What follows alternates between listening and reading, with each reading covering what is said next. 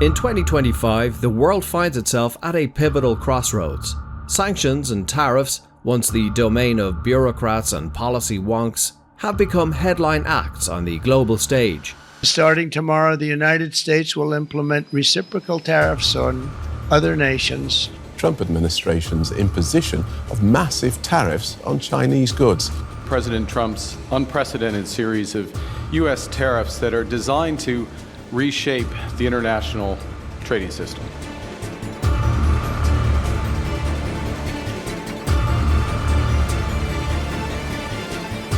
President Trump is sending one of America's biggest retailers a warning, telling Walmart it should, quote, eat tariffs and not raise prices on its consumers. Countless other nations charge us tremendously higher tariffs than we charge them. No longer merely technical instruments of economic governance, they are now sharp-edged tools wielded with precision to achieve strategic objectives.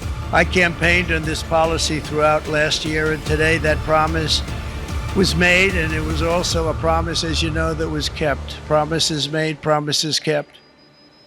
These measures are not just reshaping national economies, they are redrawing the very architecture of international alliances. As economic fault lines deepen, they're creating new centers of gravity and alliances that challenge the dominance of traditional Western-led systems. Behind this transformation lies a deeper question: who is really in control of the global economic narrative?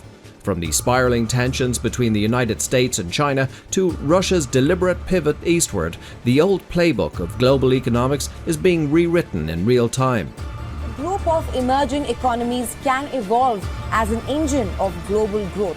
But these aren't changes confined to elite summits or diplomatic backchannels. They're shifts with tangible impacts on everyday life. From the price you pay at the pump to the availability of certain goods on your local shelves, the ripple effects are far-reaching.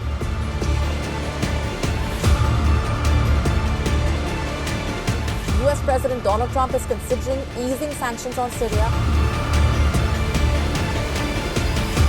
To grasp this new world, we must first understand the forces at play. Welcome to the Global Insight.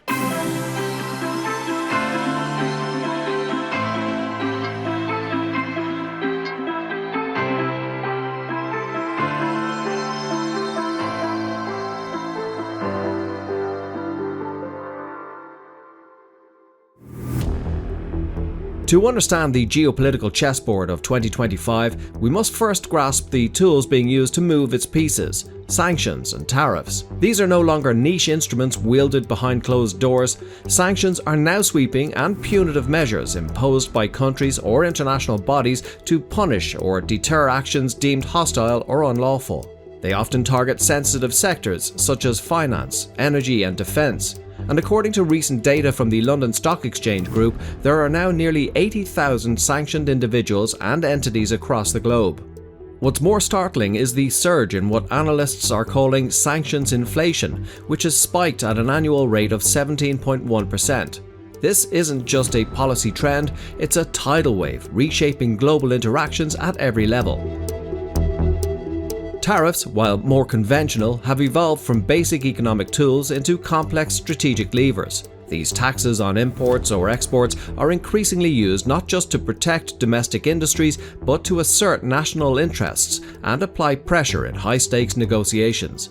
Since 2017, the Global Sanctions Index has recorded a staggering 446% increase in the use of such measures. The fallout is extensive. Multinational corporations are grappling with ballooning compliance costs, while ordinary consumers are confronted with rising prices and limited product availability. As geopolitical rivalries intensify and the world moves towards economic nationalism and strategic decoupling, these instruments are likely to become even more prevalent. Even if the pace of sanctions inflation slows, the underlying dynamics show no signs of abating. China was taking us for a ride, and just not going to happen. It's not going to happen.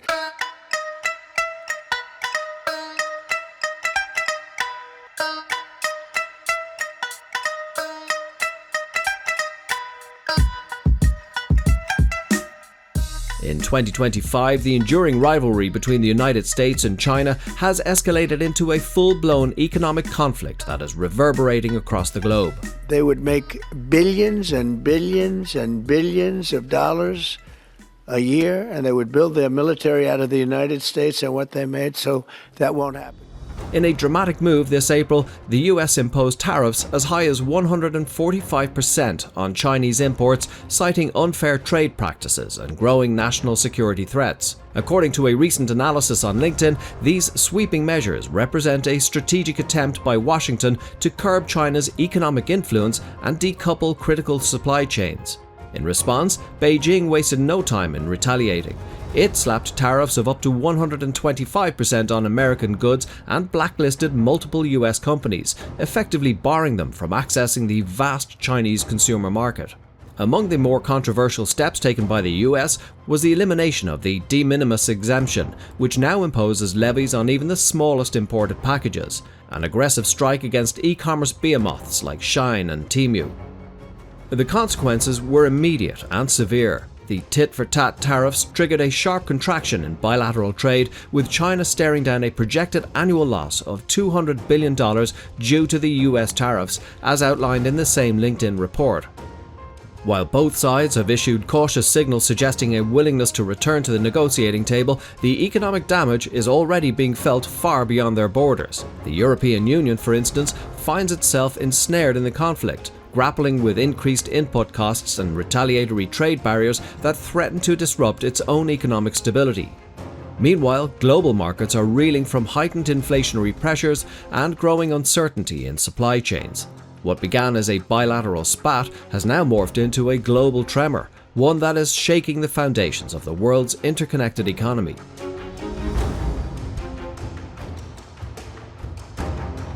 Over the past decade, Russia has been forced to navigate a labyrinth of escalating Western sanctions, particularly following the 2014 annexation of Crimea and the 2022 invasion of Ukraine. These measures, aimed squarely at Russia's financial, energy, and technology sectors, have been both punishing and persistent. By 2025, the West's economic pressure has effectively pushed Moscow into a dramatic strategic pivot eastward. According to an in-depth analysis by Jade Times, Russian exports to Asia surged to $209.2 billion in 2024, with China and India becoming vital lifelines. Together, they now account for a staggering 85% of Russia's crude oil exports, 47% going to China and 38% to India. This reorientation marks a fundamental shift in Russia's global alliances, replacing dependence on Europe with deepening ties to Asia and the broader global south. This pivot is more than just a redrawing of trade routes. It represents a deliberate effort by Russia to decouple from Western financial and technological systems. The exclusion of Russian banks from the SWIFT network was a watershed moment, compelling Moscow to embrace alternative systems like China's cross-border interbank payment system, or CIPS, and to accelerate the adoption of cryptocurrencies for international transactions. While some sectors, particularly energy and agriculture, have managed to adapt or even thrive under this new arrangement, high-tech industries remain hamstrung by restricted access to Western technologies. On a global scale, the ramifications are profound. Europe's abrupt move away from Russian energy has fueled volatility in global oil and gas prices, while Russia's increasing integration into blocs like BRICS is gradually shifting trade flows and challenging the West's historical dominance in key economic areas. In 2025, a quiet revolution is underway in the global economic order. Countries across the global south, spearheaded by the BRICS nations, Brazil, Russia, India, China, and South Africa, are building new economic architectures that sidestep the West. At the heart of these efforts lies a clear objective: reduce dependency on Western-dominated financial systems like SWIFT and the US dollar. De-dollarization. De-dollarization. De-dollarization. De-dollarization. De-dollarization. De-dollarization. De-dollarization. Recent BRICS summits have increasingly focused on strengthening intra-bloc trade through innovative mechanisms, including a proposed unified digital trade platform and expanded use of local currencies. For instance, India's rupee-based trade with Russia hit $10 billion in 2024, signaling a broader shift towards currency diversification and economic self-reliance, as noted in a recent LinkedIn analysis. This strategic realignment is a direct response to the intensifying use of sanctions and tariffs by Western powers. The US-China trade war and sweeping Western sanctions on Russia have forced many nations to re-evaluate their economic dependencies. China, through its Belt and Road Initiative, continues to deepen its influence across ASEAN and Africa, funding infrastructure projects and locking in long-term trade agreements. Russia, meanwhile, is expanding energy partnerships with the Middle East, further integrating into a non-Western trade web. Even the European Union, traditionally aligned with the US, is beginning to feel the pressure. Caught between the economic crossfire of US and Chinese tariffs, the EU is quietly exploring stronger economic ties with Eurasian states and Global South partners. In this emerging landscape, old alliances are no longer guaranteed, and new ones are forming with increasing urgency and intent. As we look ahead, it's clear that sanctions and tariffs are not just momentary responses to geopolitical tension. They're now central instruments in shaping the global order. The more these tools are deployed, the more they prompt countries to rethink their economic dependencies and develop resilient alternatives. What we're witnessing is a dramatic acceleration towards a multipolar economic world where influence is no longer concentrated in Western capitals. Nations are not just reacting, they're preparing for a future where intra-bloc cooperation, regional payment systems, and trade conducted in local currencies become the norm rather than the exception. But with change comes both opportunity and risk. The real question is who stands to gain and who is left behind. For policymakers, the challenge is to craft strategies that anticipate economic fragmentation while still engaging in global trade. For businesses, it means adapting supply chains and diversifying markets in the face of shifting tariffs and regulatory hurdles. As for everyday individuals, the consequences could manifest in rising prices, reduced product availability, or sudden shifts in job markets tied to international trade. Critics of sanctions argue that these measures can backfire, strengthening the resolve of targeted states and fostering the very alliances the West seeks to prevent. We have times when the trade deficit falls, you may say, oh, that's good, but in fact, no, it's bad, because what it means is that the US economy is going through a very rough time. In this evolving environment, understanding the new rules of global engagement is not optional. It is essential for anyone trying to navigate the uncertain road ahead. As we've uncovered throughout this exploration, sanctions and tariffs in 2025 have evolved into formidable instruments of global influence. They are no longer just policy choices, they are catalysts that are dismantling old alliances, forging new coalitions, and redefining the global balance of power. These shifts are not happening in some distant boardroom or diplomatic corridor, they're unfolding in real time, shaping the cost of your weekly shop, the health of your nation's economy, and the future of global peace and cooperation.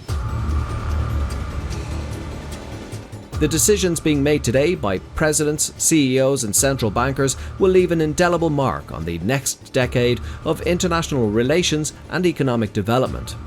In this new age of economic statecraft, understanding the dynamics of sanctions and tariffs is no longer the preserve of policymakers and analysts. It's essential knowledge for anyone trying to make sense of a world in flux. From alternative trade alliances to shifting supply chains, the global map is being redrawn before our eyes. That's it from the team at the Global Insight again. We want to hear what you think. How does this new economic order affect you? Do you know someone who's been impacted by these global trade shifts? And what do you think about the rise of alternative alliances and the use of economic tools as weapons? And as always, please don't forget to like and subscribe to our channel here at the Global Insight. And until next time, stay tuned.